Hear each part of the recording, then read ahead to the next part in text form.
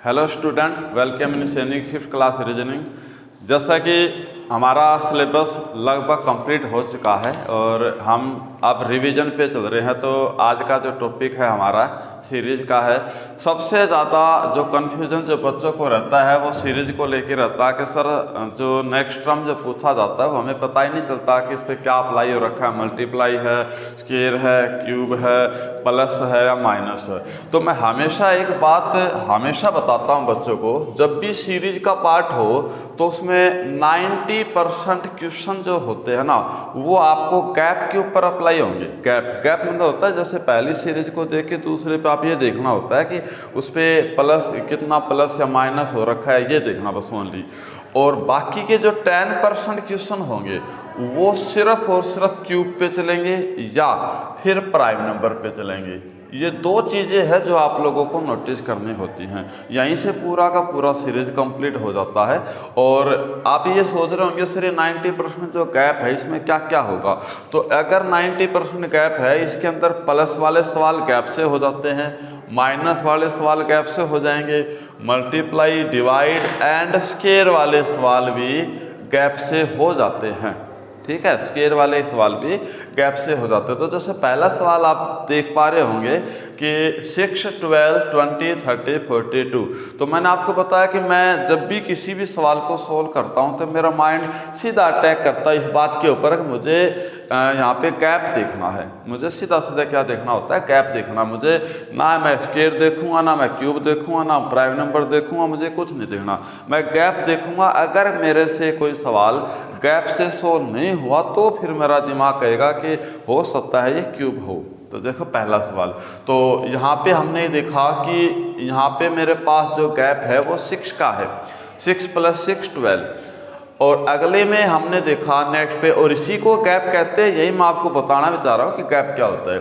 तो 12 + 8 20 होगा। और नेक्स्ट पे 10 का गैप है, 20 + 10 30। तो 30 + 12 42। अब ये नॉर्मल हो गया है। अब आप सबको समझ में आ गया कि पहले 6 प्लस हुआ था, फिर 8 प्लस हुआ, 10 हुआ एंड 12 हुआ। तो नेक्स्ट पे जो हमारा प्लस होगा वो क्या होगा, 14 का होगा। 14, तो 14 प्लस करेंगे तो 56 आंसर आएगा। ये भी मेरे को बात समझ में आई। अब दूसरा सवाल ये है कि ये जो एक सवाल मैंने रखा है यहाँ पे, पहला ही सवाल है आपका, फर्स्ट क्वेश्चन। इस पे क्या है कि आप प्लस वाला सवाल भी अप्लाई कर सकते हो, गैप वाला तो हो ही क्या है, मल्टीप्लाई वाला भी। मैं देखो सारे सवाल आपको यहाँ पे दिखाऊंगा। पहले में देखो यहाँ पे देखो 2 × 3। 2 × 3 क्या होता है, 6 होता है। मल्टीप्लाई वाली कंडीशन अप्लाई लगा रहा हूँ इसी सवाल पे।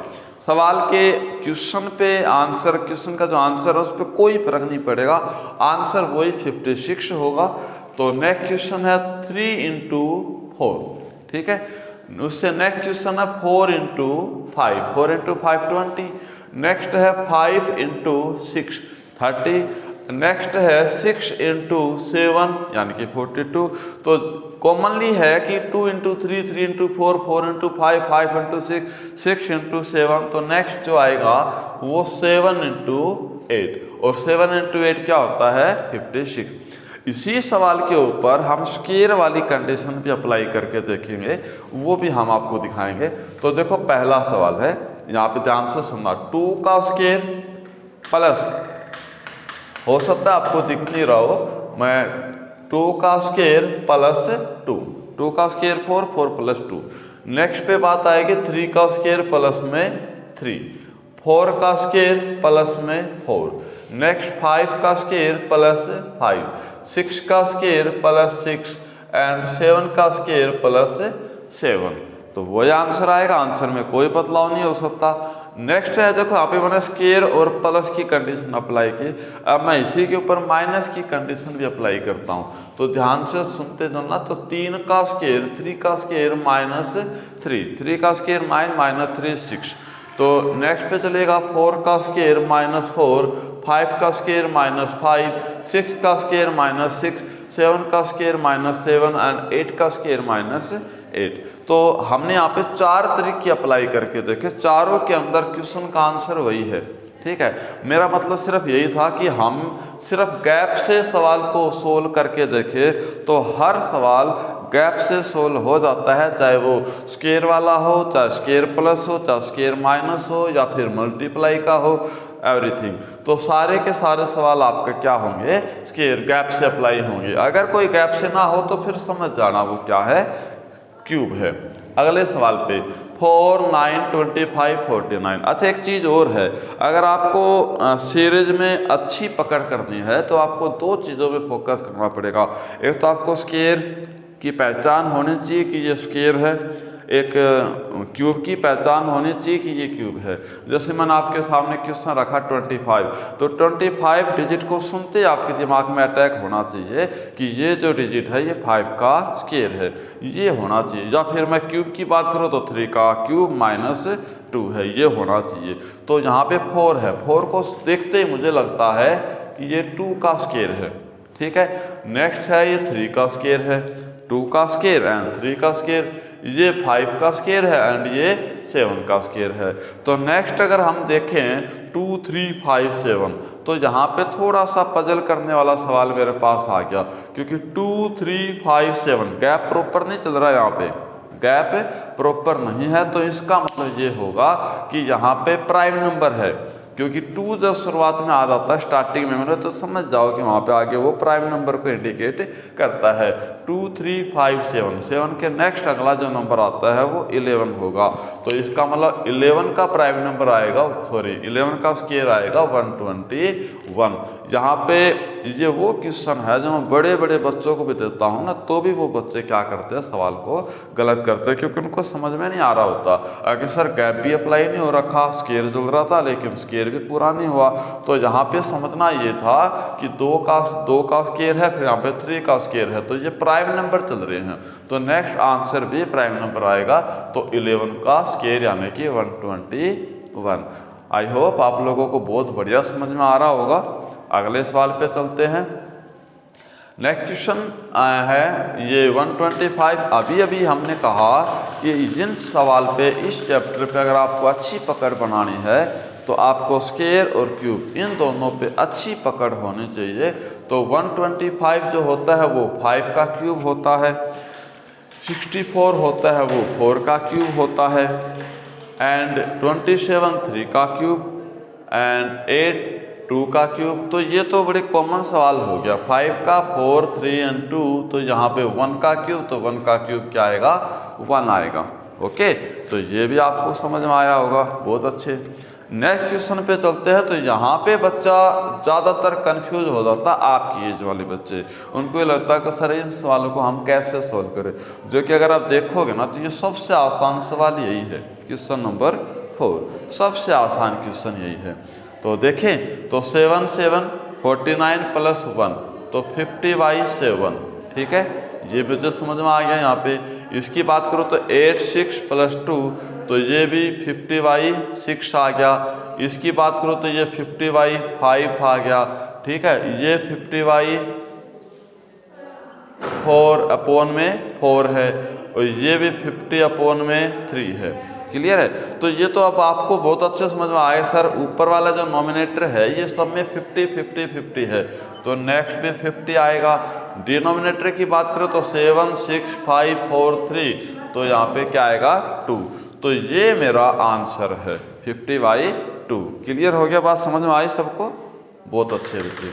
चलो नेक्स्ट पे चलते हैं। तो नेक्स्ट पे फिर हम बात करेंगे यहाँ पे इस सवाल को गैप से करोगे गैप से हो जाएगा, लेकिन हो सकता है सवाल का आंसर गलत हो, क्योंकि ये आपको समझना पड़ेगा बेटा कि अगर सवाल में शुरुआत से हमें सारे डिजिट दिखाई दे रही हैं, ये सारी की सारी प्राइम नंबर है, 5 7 11 13 एंड 17, तो 17 से नेक्स्ट जो प्राइम नंबर आएगा वो क्या आएगा 19, तो 19 is correct answer.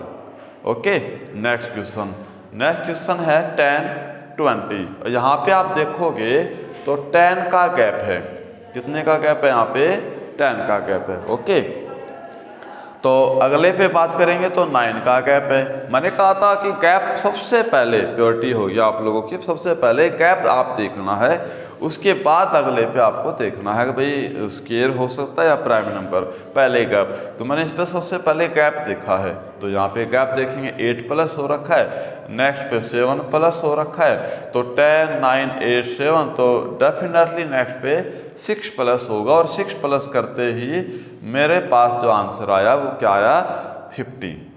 Okay, very good, superb. अगर कोई दिक्कत आती है ना बेटा तो आप मेरे को बिल्कुल बताना। कल की वीडियो आएगी हम आपके पास, तब आप उसमें बताना मेरे को कोई सर कोई दिक्कत आई है। बाकी मैं बहुत अच्छे से सीरीज को मैंने शुरू से ये बात बता दी कि हर सवाल को आपको गैप से सोल्व करके देना है, ठीक है। बाकी हमारा चैप्टर हो चुका है, ये रिवीजन में चल रहा है। नेक्स्ट मैंने आपको क्लास में कहा था कि जब भी आपको लेटर से लेके कोई भी सवाल मिले तो आप उसको पहले डिजिट में कन्वर्ट करो। डिजिट में करते ही जो A1 होता है 3 and 5 and 7 and 9, डिजिट में कन्वर्ट करते ही वो क्वेश्चन, जो क्वेश्चन है वो बहुत इजी हो जाएगा। कैसे, देखो 1 3 5 7 9, तो डेफिनेटली अगला क्या आएगा 11, और 11 पे क्या होगा वो आपको लिखना है। आंसर 11 नहीं है, 11 पे कौन सा लेटर आएगा ये आपको लिखना है। ओके, शाबाश। नेक्स्ट क्वेश्चन, ये देखो, ये सवाल क्वेश्चन नंबर 8, इसको अगर आप गैप से अप्लाई करके देखोगे तो ये गैप से हो जाएगा, बहुत ईजी है, ठीक है। लेकिन मेरे दिमाग में दूसरी बात और आती है, वो ये आती है कि इसको मल्टीप्लाई करके देखोगे तो ये हो जाएगा। तो मेरा सिर्फ कहने का मतलब ये है कि अगर आपको जो पहले और जो आसान लगता है वो देखो। जैसे मान लो आपने देखा यहाँ पे गैप, तो गैप से सवाल हो जाएगा, लेकिन उससे पहले अगर आपको मल्टीप्लाई दिखा तो और आसान तरीका, तो आप मल्टीप्लाई अप्लाई करो। जैसे मुझे अप्लाई हुआ तो मल्टीप्लाई 2 प्लस 1, 5 2 जा 10 प्लस 1, मल्टीप्लाई 2 प्लस 1। यहाँ पे भी आप देखेंगे मल्टीप्लाई 2 प्लस 1, तो यहाँ पे multiply 2 plus 1। That is clear, बहुत अच्छे है। नेक्स्ट पॉइंट पे चलते हैं हम, और नेक्स्ट पॉइंट हमारा देखेंगे, क्वेश्चन आपके सामने है, क्वेश्चन नंबर 9। ओके,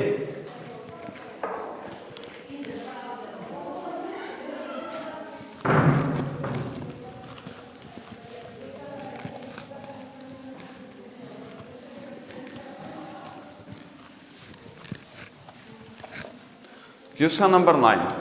फिर से मेरे पास वही बात आती है, अभी हमने आपको बताया है ये बात कि जब भी लेटर मिले तो उसको आपको किस में कन्वर्ट करना है, डिजिट में। तो C होता है 3 पे, आगे 3 है, E होता है 5 पे, नेक्स्ट 5 है, G होता है 7 पे, अगला 7 है, और I होता है 9 पे, नेक्स्ट 9 है।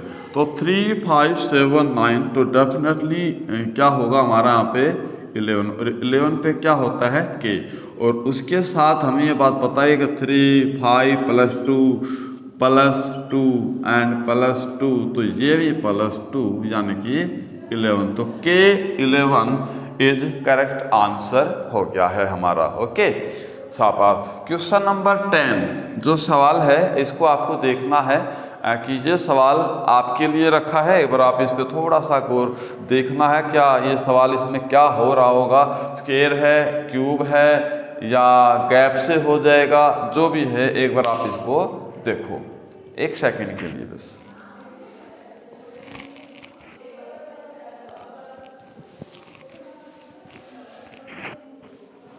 देखा, चलो ठीक है, अब हम इसको करते हैं। देखो बेटा क्या है, ध्यान से सुनना है आपको यहाँ पे कि जो 7 है, जो 3 3 6 है, ये 7 का क्यूब -7 है। लास्ट क्वेश्चन है, इस पे थोड़ा गौर कीजिएगा, देखना अच्छे से। 6 का क्यूब -6, 5 का क्यूब -5, तो नेक्स्ट डेफिनेटली 4 का क्यूब -4 एंड 3 का क्यूब -3 होगा, ठीक है। तो आज की क्लास में सिर्फ इतना ही, आप मिलेंगे नेक्स्ट क्लास के लिए। Thank you.